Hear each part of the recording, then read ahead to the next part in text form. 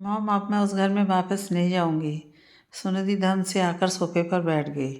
बरखा राय की लैपटॉप पर तेजी से चलती उंगलियां थर्राकर रुक गईं। उसने लैपटॉप बंद किया और आकर सुनिधि की बगल में बैठ गई। क्या हुआ मेरा बच्चा? उसने उसका हाथ अपने हाथों में ले लिया। सुनिधि ने अपना सिर उसकी गोद में रख दिया। मॉम, विपुल को मुझ में या अपने मॉम डैड में से किसी एक को चुनना होगा। ऐसा क्यों? बरखा सोच में डूब गई।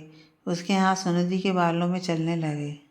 मैं अपनी आज़ादी उनके हाथों में नहीं दे सकती। मैं मॉडर्न विचारों वाली कैसे उन दकियानूसी लोगों के हिसाब से अपनी ज़िंदगी चला सकती हूँ? क्या किया उन लोगों ने, क्या नहीं किया मम्मा? ये बोलो। जब देखो मम्मी जी मुझ पर हुक्म चलाती रहती हैं। वो मुझे अपने हिसाब से चलाना चाहती हैं। जब भी हम किसी फंक्शन में जाते हैं तो पहले से ऑर्डर दे देगी कि ये पहनो वो पहनो। खाने पीने पर नज़र रखती हैं। कभी दोस्तों के साथ आउटिंग पर जाओ तो जल्दी घर ना आने पर गुस्सा हो जाती हैं। और विपुल, विपुल क्या कहेंगे? वो तो अपनी मम्मी के आज्ञाकारी बेटे हैं, मुझे ही समझाने लगते हैं। तो मैं किसी चीज़ की कमी है वहाँ पर? ये कैसा सवाल है? तो फिर विपुल प्यार नहीं करता? पता नहीं, सुनिधि ने कंधे उचकाकर मुंह बनाते हुए कहा। बस जब भी मैं मम्मी की शिकायत करती हूँ तो उन्हें कुछ कहने की बजाय मुझे समझाने लगते हैं। माय डियर, विपुल को तो तुमने पसंद किया था ना? बरखा ने धीरे से उसके सिर पर हाथ फेरते हुए कहा। मम्मा, मुझे फ्रीडम चाहिए जो यहाँ थी। मैं राय मेंशन मिस करती हूँ। प्यार व्यार कुछ नहीं होता, सब 4 दिन के चोंचले हैं। मैं बंधन महसूस करने लगी हूँ। बरखा सोच में डूब गई। सुनिधि उसकी इकलौती बेटी है। विपुल अच्छा लड़का है, अपने माता पिता का इकलौता बेटा है। उसके माता पिता बहुत ही अच्छे हैं। भले ही हमारी तरह बिजनेस फैमिली से ताल्लुक़ ना रखता हो, पर बहुत ही सुलझा हुआ रिश्तों को ईमानदारी से निभाने वाला लड़का है। वह मल्टीनेशनल कंपनी में चीफ एग्जीक्यूटिव है। अच्छा कमाता है, पर रिश्ते जब दोनों तरफ से निभाए जाते हैं तभी ज़िंदगी भर चलते हैं। सुनिधि अत्यंत लाड़ के कारण नकचड़ी और तुनक मिजाज है। जब उसने विपुल से मिलवाया था तो उसे सुनिधि के लिए वो बिल्कुल परफेक्ट लगा था। उससे बात करने पर उसे अरिंदम याद आ गए थे। बिल्कुल वही लहजा, वैसा ही मोहक व्यक्तित्व, शांत और सागर की गहराई, दमदार आवाज़। अगर सुनिधि परी जैसी खूबसूरत थी तो विपुल किसी राजकुमार से कम नहीं था। उसे लगा था कि परी कथा हमेशा खुशनुमा होती है, दोनों खुशहाल जीवन बिताएंगे। पर उसके सामने आज अपना अतीत आकर खड़ा हो गया था, जिससे वह हमेशा मुँह छिपाती आई है। नहीं, मैं ऐसा नहीं होने दूंगी। सोचते हुए बरखा की आंखें भीग गईं। आंखों से कुछ बूंदें निकलकर सुनिधि के गाल पर गिर पड़ीं। सुनिधि चौंक कर उठ गई। Mom, are you okay? What happened? उसने अपनी उंगलियों से उनके आंसू पोंछ दिए। आज यहीं रुकोगी? बरखा का स्वर डूब रहा था। लाओ अपना फ़ोन दो। क्यों? मुझे तुम्हारे इन लॉज से बात करनी है। चलो अपने फ़ोन से अपनी सासू माँ का नंबर मिलाओ। पर आप उनसे क्या बात करेंगी? मैं बाद में बात करूँगी। क्या तुम घर पर बताकर आई हो कि यहाँ आ रही हो? नहीं। अभी बात करो उनसे। फ़ोन मिलाकर सुनिधि के हाथ में पकड़ा दिया। सुनिधि झुंझला उठी, पर बरखा ने इशारा किया कि फ़ोन स्पीकर पर रखो। Hello mummy. मम्मी, मैं मॉम के पास आई हूँ, सोचा कि आपको बता देती हूँ। सुनिधि, तुम्हें निकले हुए बहुत देर हो गई थी बेटा, मुझे बहुत चिंता हो रही थी। तुम बताकर नहीं गई थी, फिर फ़ोन भी नहीं उठाया। तुम ठीक हो? जी मॉम, आपसे बात करना चाहती हैं। नमस्कार, कैसी हैं आप? बरखा ने अपने स्वर को यथासंभव नम्रता प्रकट की। मैं ठीक हूँ, आप कैसी हैं?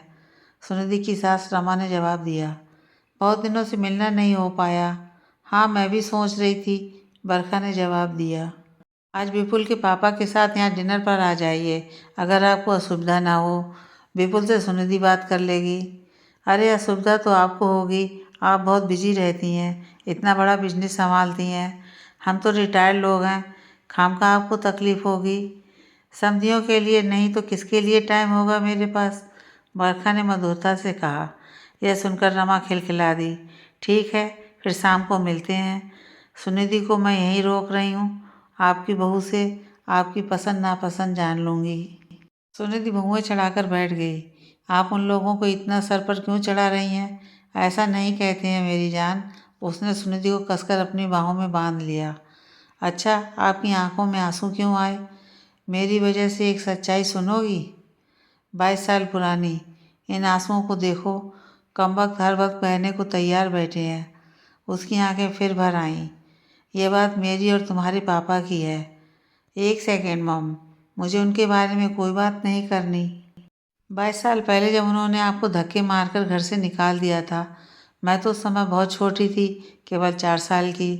उन्होंने तो मुझे पर भी रहम नहीं किया। मुझे उनके बारे में कुछ भी याद नहीं है। वो बहुत लालची किस्म के इंसान थे, आपको बहुत मारते पीटते थे। उन्होंने कभी मेरे बारे में जानने की कोशिश नहीं की। मुझे नानी माँ ने सब कुछ बताया है, इसलिए मैंने कभी भी आपसे उनके बारे में ना कुछ पूछा, ना मुझे कुछ जानना है। वो मेरे लिए मर चुके हैं। उसका स्वर कठोर हो चुका था। खबरदार जो ऐसा कहा, बरखा गुस्से से चिल्ला उठी। सुनिधि हैरत से बरखा को देखने लगी। इतने में बरखा की माँ सुचित्रा ने रूम में एंटर किया। वो शॉपिंग करके लौट आई थी। आते ही सुनिधि का माथा चूम लिया। हे ईश्वर, बरखा तुम मेरी बच्ची को डांट रही हो, क्या हुआ? उसका तना हुआ चेहरा देखकर उन्होंने अनुमान लगा लिया कि कुछ तो असहज है। वो बेचारी पहले ही अपनी सास के तानों से दुखी है और तुम उसे यहाँ भी डांटती रहती हो। हाँ, आज मैंने विपुल की फैमिली को डिनर पर बुलाया है, तो आप याद रखिएगा कि उनके साथ गलत व्यवहार मैं बर्दाश्त नहीं करूँगी। और अगर आपको उनका आना पसंद नहीं है तो ड्राइवर आपको मौसी के घर छोड़ आएगा। बरखा का स्वर दृढ़ था। जाइए, आप चेंज करके आराम कीजिए। मुझे सुनिधि से अकेले में कुछ बात करनी है। ऐसी क्या बात है जिसमें मैं शामिल नहीं हो सकती? कुछ बातें सिर्फ हम दोनों माँ और बेटी को करनी हैं। आप जाइए, बरखा ने जैसे आदेश दिया। सुनिधि ने कभी भी पहले अपनी माँ को नानी के साथ ऐसे बात करते हुए नहीं सुना था। सुचित्रा तेजी से अपने रूम में चली गई। बरखा ने अपने बेडरूम का डोर लॉक कर दिया। बैठो, सुनिधि को कहकर बरखा हारे हुए जुआरी की तरह बेड पर बैठ गई। सुनिधि काउच पर बैठी हुई थी। तुम्हारे पापा के बारे में बहुत पहले तुम्हें बताना चाहती थी। हर बार सोचा, पर डर गई ये सोचकर कि तुम सच जानकर अगर मुझसे नफरत करोगी तो मैं जी नहीं पाऊंगी। उसने एक बार फिर अपने आंसू पोंछ डाले। तुम अपने पापा के बारे में कितना जानती हो? सिर्फ नाम, अरिंदम। जानती हो कौन अरिंदम? विख्यात समाज सेवी द अरिंदम मजूमदार। सुनिधि चौंक कर बरखा की तरफ देखने लगी। हाँ, वही हैं तुम्हारे पापा। तुम्हारी नानी ने उनकी तमाम निशानियां ख़त्म कर दी तुम्हारे अलावा। उनकी आवाज़ में दर्द था। सुनिधि की आंखों के सामने अपने कॉलेज के फाइनल ईयर का फेस्ट आ गया। अरिंदम मजूमदार उसमें चीफ गेस्ट बनकर आए थे। उसे टॉपर सील उन्हीं के हाथों से मिली थी। जब उसने मॉम को बताया था तो उसे समझ नहीं आया था कि वो अपसेट क्यों हो गई थी। हालांकि उन्होंने कुछ नहीं कहा था। कितनी खुशी हुई थी उसे उनसे मिलकर। जब उसने घर आकर जब डिनर पर डिस्कस किया था तो नानी ने डांट कर चुप करा दिया था। उनका व्यक्तित्व तो जैसे उसकी आंखों में बस गया था। कितने हैंडसम, गेहुआ रंग, अप्रॉक्स 6'4" हाइट, तीखे नैन नक्श, आवाज़ की गंभीरता, उनकी मुस्कुराहट, चमकती आंखें, कानों के पास बालों में हल्की सफ़ेदी आ चुकी थी। सब कुछ मन मोह लेने वाला था। उनका बात करने का अंदाज तो गजब था। जब उन्होंने माइक पकड़ा और कहा कि बच्चों, आपका ज़्यादा वक्त नहीं लूँगा, आज आप सब अपनी खुशी सेलिब्रेट करें। सचमुच 3 मिनट से भी कम समय में अपनी बातें बड़ी सावधानी से कह गए थे। पूरा हाल तालियों से गूंज उठा था। उस समय उसे समझ नहीं आया था कि उन्होंने प्राइज़ देते वक्त क्यों उसे इतने ध्यान से देखा था। शायद इसलिए कि उसकी सूरत हूबहू अपनी मॉम से मिलती है। उसकी सोच को बरखा ने तोड़ दिया। काश आज तुम्हारे नानू जिंदा होते तो तुम जान पाती कि वो तुम्हारे पापा से कितना प्यार करते थे। तुम्हारे पापा को मेरे लिए तुम्हारे नानू ने पसंद किया था। तुम्हारे दादाजी सुकांत मजूमदार तुम्हारे नानू के जिगरी दोस्त थे। बस फ़र्क इतना था कि शादी में मेरी और तुम्हारी नानी की मर्जी शामिल नहीं थी। तुम्हारी नानी खुद बहुत बड़े ख़ानदान से ताल्लुक़ रखती हैं। अपनी इकलौती बेटी की शादी अपने किसी एम्प्लॉयज़ के बेटे से करना उन्हें गंवारा नहीं था। तुम्हारे दादू हमारी कंपनी में मैनेजर हुआ करते थे। तुम्हारे नानू ही उन्हें अपनी कंपनी में लाए थे। मैं शादी करना तो चाहती थी, पर अपनी मर्जी से। तो क्या आप किसी और को पसंद करती थी? नहीं, तब तक किसी को पसंद तो नहीं किया था। अरिंदम तब आउट ऑफ इंडिया थे, विदेश सेवा में। अपने पापा के आग्रह पर मुझे देखने आए। मुझसे सिर्फ एक सवाल किया कि अगर आप मुझे पसंद करेंगी तभी ये रिश्ता हो पाएगा। कोई जल्दी नहीं है, सोच समझ के जवाब दीजिएगा। पापा ने अपने खराब स्वास्थ्य का हवाला देते हुए मुझे शादी के लिए मना लिया। शादी बड़े ही शानदार तरीके से हुई। तुम्हारी नानी ने मजबूरी में सारी रस्में निभाईं। वो अरिंदम को पसंद नहीं करती थी, पर उनके माता पिता के लिए तो उनके मन में हद नफरत थी। उनका कहना था कि अरिंदम के पापा ने अपनी दोस्ती का नाजायज़ फ़ायदा उठाकर यह रिश्ता करवाया। पर मैं अरिंदम के साथ बेहद खुश थी। जान से भी ज़्यादा प्यार करते थे वो मुझे। तुम्हारे नानू मेरी शादी के 1 साल बाद ही कार्डियल अरेस्ट से गुजर गए।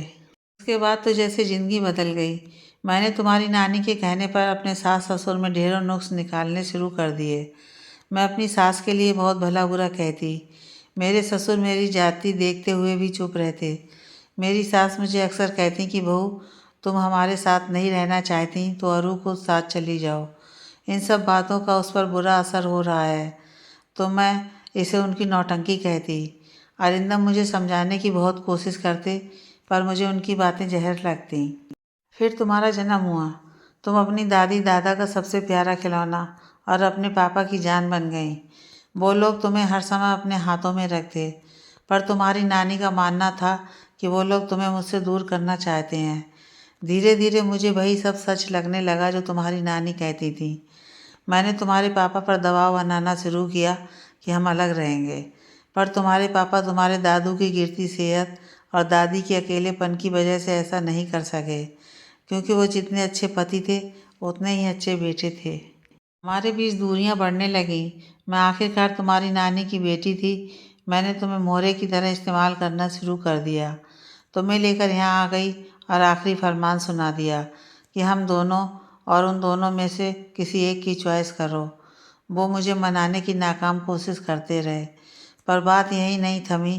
तुम्हारी नानी के कहने पर मैंने हैरेसमेंट का केस डाल दिया। इसने तुम्हारे पापा की रेपुटेशन को बहुत नुकसान पहुंचाया। थक हार कर बात डिवोर्स पर ख़त्म हुई। तुम्हारे पापा तुम्हें अपने साथ रखना चाहते थे, पर मेरी सहमति से। जब मैं राजी नहीं हुई तो उन्होंने तुम पर अपना हक ये कहते हुए छोड़ दिया कि मेरा जो तमाशा बनना था बन चुका, अब और नहीं, मैं अपनी मासूम बच्ची की ज़िंदगी तबाह नहीं कर सकता। बस एक ही ख्वाहिश है, इसे कभी उन रास्तों में गुजरना ना पड़े जिन पर हम चल रहे हैं। और वो तुम्हारे दादा दादी को लेकर देश छोड़कर हमेशा के लिए चले गए। यह कहकर बरखा फूट फूट कर रो पड़ी। सुनिधि अवाक थी। सच इतना घटिया था उसकी कल्पना से परे। बरखा ने उसकी आंखों में देखा। उसकी आंखों में एक तूफान उमड़ रहा था। उसने उसके कंधे पर हाथ रखा, पर उसने जोर से झटक दिया। इसलिए मैं तुम्हें कभी नहीं बताना चाहती थी। बरखा सिसक उठी। नहीं, कभी नहीं, वो सिहर उठी। अंतिम बार मैंने उनकी खामोशी में हमारे दम तोड़ते रिश्ते को देखा था। फिर दोबारा किस मुंह से उनके सामने जाती। कोई इल्ज़ाम नहीं, कोई सवाल नहीं, कुछ भी तो नहीं किया था उन्होंने। वो खामोशी से अपने दिल की कतरनें समेट कर चले गए थे। पर आज जब तुम्हें अपने नक्शे कदमों पर चलते देख रही हूँ तो चुप कैसे रह सकती हूँ। क्या आपने उनसे कभी मिलने की कोशिश नहीं की? सुनिधि जोर से रो पड़ी। आप कोई दूध पीती बच्ची थी जो नानी के बहकावे में आकर मेरे पापा को इतना हर्ट किया। इन सब के लिए नानी नहीं, आप जिम्मेदार हैं। क्या सोचा आपने मैं आपको माफ़ कर दूंगी? कभी नहीं, ऐसा कभी नहीं होगा। वो बड़बड़ाने लगी। तो तुम क्या कर रही हो? बरखा ने सवाल किया। क्या मेरी वाली गलती अब तुम दोहराओगी? जानती हो विपुल के साथ तुम्हारे रिश्ते के लिए मैंने हाँ क्यों की थी? क्योंकि उसमें मुझे अरिंदम नज़र आए थे। वो तुम्हें कभी तकलीफ़ नहीं देगा। रिश्तों को संभालना सीखो मेरी गुड़िया। जो मैं नहीं कर सकी वो तुम करो। सुनिधि बरखा की तरफ पीठ फेर कर खड़ी हो गई। मम, मैं कुछ देर अकेले रहना चाहती हूँ। ऐसा कहकर वह तेज़ी से बाहर चली गई। बरखा उसे जाते हुए देख रही थी। वो अपने रूम में गई और धड़ाक से दरवाज़ा बंद कर लिया। अपने रूम में उसने अपना मोबाइल उठाया और फ्लोर पर बैठ गई। उंगलियां मोबाइल स्क्रीन पर चलने लगीं। अरिंदम मजूमदार लिखते ही उनका विकिपीडिया खुल गया। पूरा डिटेल देखने लगी। पापा गरीब, अनाथ और बेघर बच्चों के लिए काम करते हैं। चिल्ड्रन में वन डॉटर लिखा था। वो मोबाइल को सीने से लगाकर सिसकने लगी। I hate you mom, I hate you. ऐसे ही 2 घंटे बीत गए। अचानक उसे ख्याल आया कि आज तो उसके सास ससुर डिनर पर आ रहे हैं। वो जल्दी से उठ खड़ी हुई। रोते रोते उसका चेहरा लाल हो गया था, आंखें सूज गई थीं। फटाफट से मुंह ठंडे पानी से धोकर आइस पैक आंखों पर चढ़ाकर लेट गई। शाम के 5 बज चुके थे। 6:30 बजे तक विपुल उन्हें लेकर यहाँ आ जाएंगे। यह सोचते हुए उसने अपने सिर को झटक दिया। किचन के नाम से नाक मुँह सिकोड़ने वाली सुनिधि आज किचन में जाकर सेब को निर्देश देने लगी। बरखा चुपचाप उसे देख रही थी। नानी को तो समझ ही नहीं आ रहा था कि ये क्या हो रहा है। दादा, आप कम मसाले वाली दाल, मिक्स सब्जी, रोटी और हल्का मीठा डालकर फ्रूट कस्टर्ड बनाएं। मखाना पनीर मैं बनाऊंगी। आप सामान तैयार कर दीजिए। मम्मी पापा रात को बहुत हल्का खाते हैं। विपुल के लिए मैं कीमे के कबाब ऑर्डर कर रही हूँ, उन्हें बहुत पसंद है। देवेन भैया उन लोगों को सबसे पहले इलायची वाली चाय और विपुल को कोल्ड कॉफ़ी सर्व कीजिएगा। डिनर 8:30 बजे सर्व करेंगे। डिनर की तैयारी करके उसने कपड़े चेंज कर लिए। लाइट ब्लू कलर का सूट पहना, कानों में मोती के टॉप्स पहन लिए। अपने चेहरे को मिरर से देखा कि कहीं चेहरे पर भारीपन तो नहीं दिख रहा है। फिर आश्वस्त होकर मैगजीन पढ़ने लगी।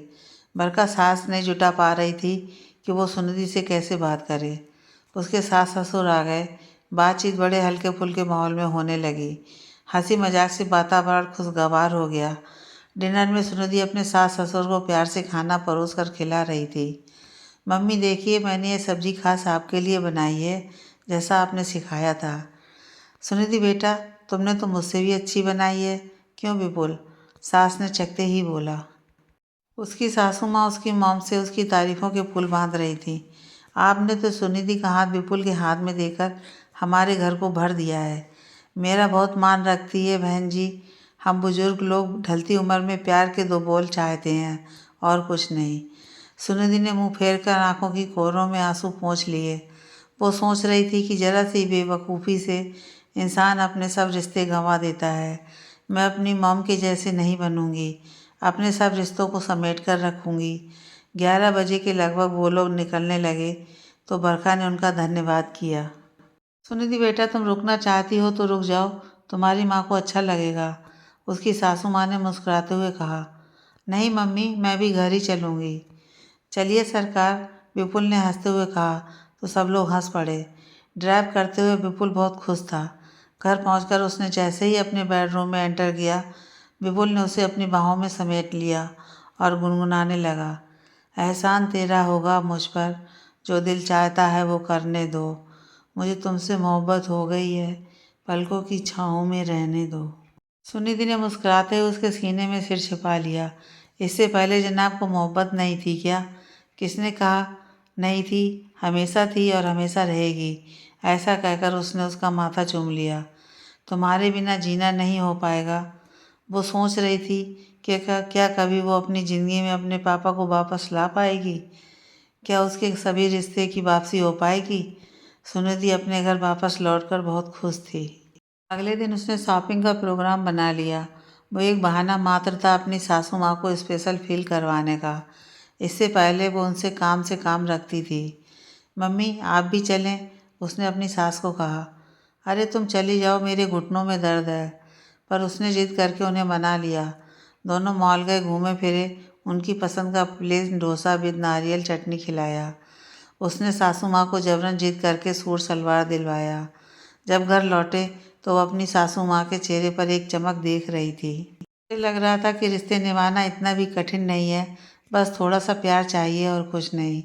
शाम को जब सासू माँ ससुर जी को सूट सलवार पहनकर दिखाने लगी तो वो मुस्कुराते हुए बोले, अरे बेटा, अब बुढ़ापे में इस बुढ़िया को क्या फैशन परेड में भेजोगी? पापा बूढ़े तो सभी रिश्तेदार हो जाएंगे मम्मी को देखकर। सब ठाके मारकर हंस पड़े। सुनिधि किसी से कुछ नहीं कह रही थी, पर विचारों का तूफान उसके भीतर उमड़ रहा था। अपनी मम से बातचीत तो उसने लगभग बंद कर दी थी।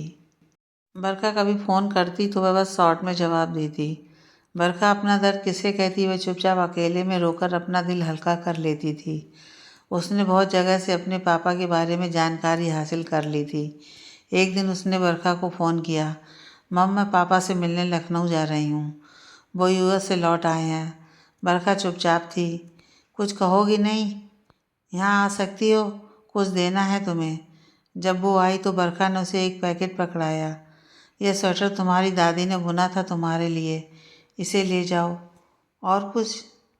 नहीं, कुछ नहीं, क्योंकि और कुछ नहीं है मेरे पास, अब कुछ नहीं है। उसकी उदास आंखों में आंसू आ गए। उसने घर आकर पैकेट खोला। बहुत खूबसूरत हल्के पीले रंग का स्वेटर था। वो गालों से लगाकर उसकी खुशबू, उसकी छुअन महसूस करने लगी। अपने विचारों में डूबकर सोचने लगी कि काश वक्त फिर से पीछे चला जाता, वो इतनी छोटी हो जाती कि इस स्वेटर को पहन पाती। अगले दिन उसने डाइनिंग टेबल पर अपने सास ससुर से बात की। पापा जी, मैं अपने पापा से मिलने लखनऊ जाना चाहती हूँ। उन्हें सिर्फ इतना पता था कि उसके मम्मी पापा की तलाक हो चुका है। मैं सोच रही हूँ कि पापा और दादी के पास एक हफ्ते के लिए चली जाऊँ। तो जाओ बेटा, कोई परेशानी नहीं है, मिल आओ, उसकी सासू माँ ने कहा। विपुल, बहू के साथ तुम भी जाओ। वो सुनिधि की तरफ देख रहा था। सुनिधि खामोश थी। एकांत पाते ही सुनिधि ने उससे कहा, विपुल, मैं पापा से मिलने अकेले जाना चाहती हूँ। कुछ वक्त पापा और दादी माँ के साथ अकेले गुजारना चाहती हूँ। आप बुरा तो नहीं मानेंगे ना? सब कुछ ठीक रहा तो वापस मैं आपको बुला लूँगी।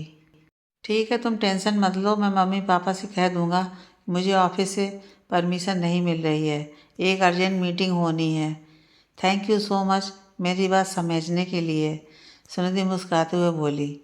ऐसे ही खुश रहा करो माय लव, कल मॉर्निंग की फ़्लाइट बुक कर देता हूँ। अगले दिन वह लखनऊ पहुँच गई।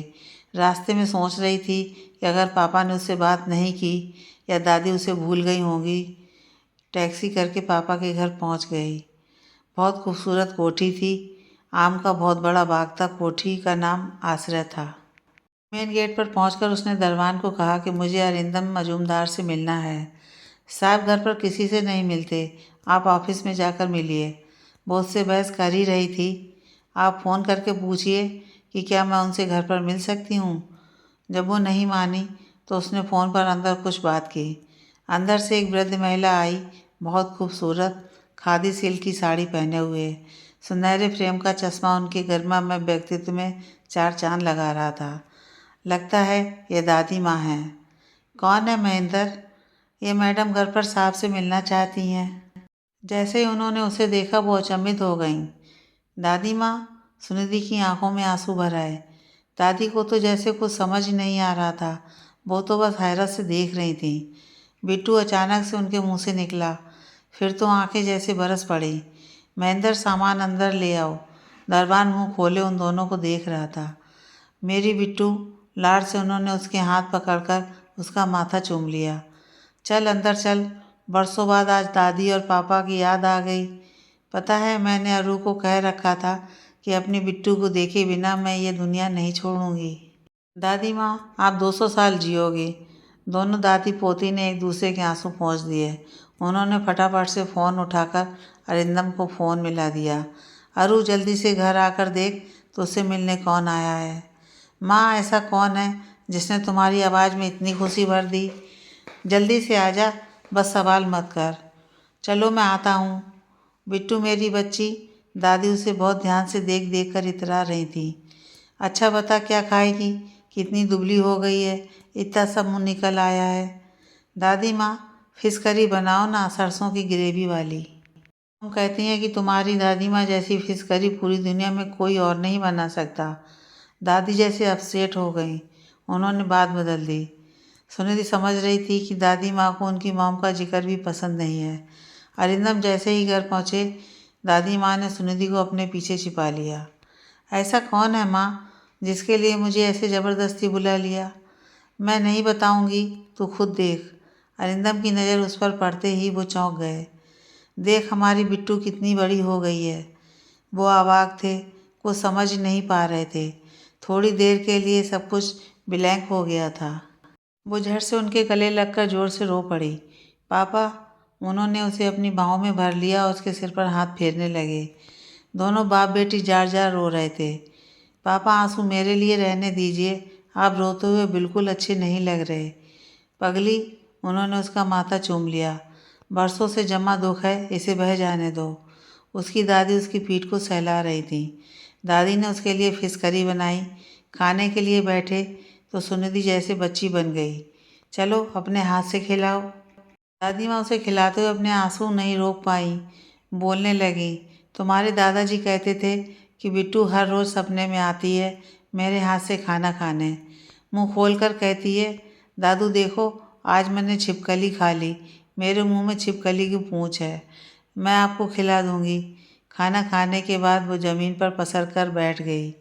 अरिंदम सोफे पर बैठ गए थे। वो अपने मोबाइल पर फ़ोटो दिखाने लगी। पापा देखिए, मेरे स्कूल का फेस्ट, आपने मुझे ट्रॉफ़ी दी थी। ये आपका दामाद, ये मेरे सास ससुर हैं। मेरी फैमिली बहुत अच्छी है। मम्मी पापा मुझसे बहुत प्यार करते हैं, वो बताते हुए पापा का चेहरा देख रही थी। उनकी आंखों में सुकून नज़र आ रहा था। दादी अपना चश्मा लगाकर फ़ोटो बड़ी करके देखने लगी। हमारा दामाद तुमसे ज़्यादा सुंदर है बिट्टू। हाँ, मम भी यही कहती हैं कि विपुल बिल्कुल तुम्हारे पापा जैसा है। उसे कभी दुख मत देना। उसके पापा ध्यान से सुन रहे थे, पर उन्होंने कुछ नहीं कहा। चलो आराम करते हैं बिट्टू। दादी उसे अपने रूम में लेकर चली गईं। शाम को दादी जब पूजा करने गईं तो सुनिधि पापा के पास बैठ गई। पापा, आपसे एक बात पूछूं? आप मम से बहुत नफरत करते हैं। कुछ देर चुप रहने के बाद अरिंदम गंभीर आवाज़ में बोले, नफ़रत और मोहब्बत सब कुछ वहीं छोड़ चुका हूँ बिट्टू, जहाँ कोर्ट के बाहर आखिरी मुलाकात हुई थी।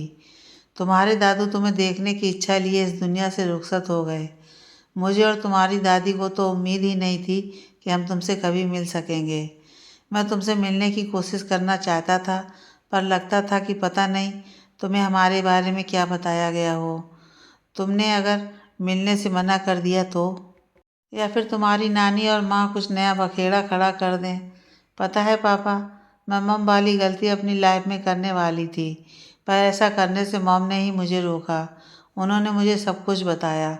मम को अपनी गलती का एहसास तो बहुत पहले हो चुका था, पर वो कहती हैं कि मुझे मेरे किए का भुगतान करना ही होगा। उसने पलट कर देखा तो उसकी दादी खड़ी थी। शायद वो सब कुछ सुन चुकी थी। पापा खामोश थे। पापा, सब कुछ खत्म हो जाता है, पर आप जिम्मेदारियों से मुंह नहीं मोड़ सकते। मैं तो आपकी जिम्मेदारी हूँ ना, मुझसे तो मुंह नहीं मोड़ेंगे। ऐसा कहकर उसने उनके कंधे पर सिर रख दिया। दादी भी पास आकर बैठ गई थी। पापा उसके बालों पर हाथ फेरते हुए बोले, बुद्धू तुम मेरी जिम्मेदारी नहीं, मेरा सब कुछ हो। पापा और दादी माँ, मैं आपको एक बात बताती हूँ जो मैंने अभी तक किसी से शेयर नहीं की, मतलब किसी से भी नहीं। आप नाना बनने वाले हैं पापा, और दादी आप तो और बड़ी हो जाओगी, पूरे ख़ानदान में सबसे बड़ी बुढ़िया। वो खिलखिला पड़ी। समझी मेरी बड़ी नानी? उसने उनके गाल खींच लिए। दोनों के चेहरे चमक उठे थे। दादी माँ और पापा, कोई ज़ोर ज़बरदस्ती नहीं, सिर्फ रिक्वेस्ट कर रही हूँ। किसी और के लिए ना सही, मेरे होने वाले बच्चे के लिए माफ़ कर दीजिए मम को। पापा, कभी कभी माफ़ी सबसे बड़ा मरहम होता है। इन घावों को अब ठीक होने दें। पापा ने कसकर उसके दोनों हाथ थाम लिए थे। उनकी मजबूत पकड़ से उसे अपने सभी रिश्तों की वापसी का एहसास हो रहा था।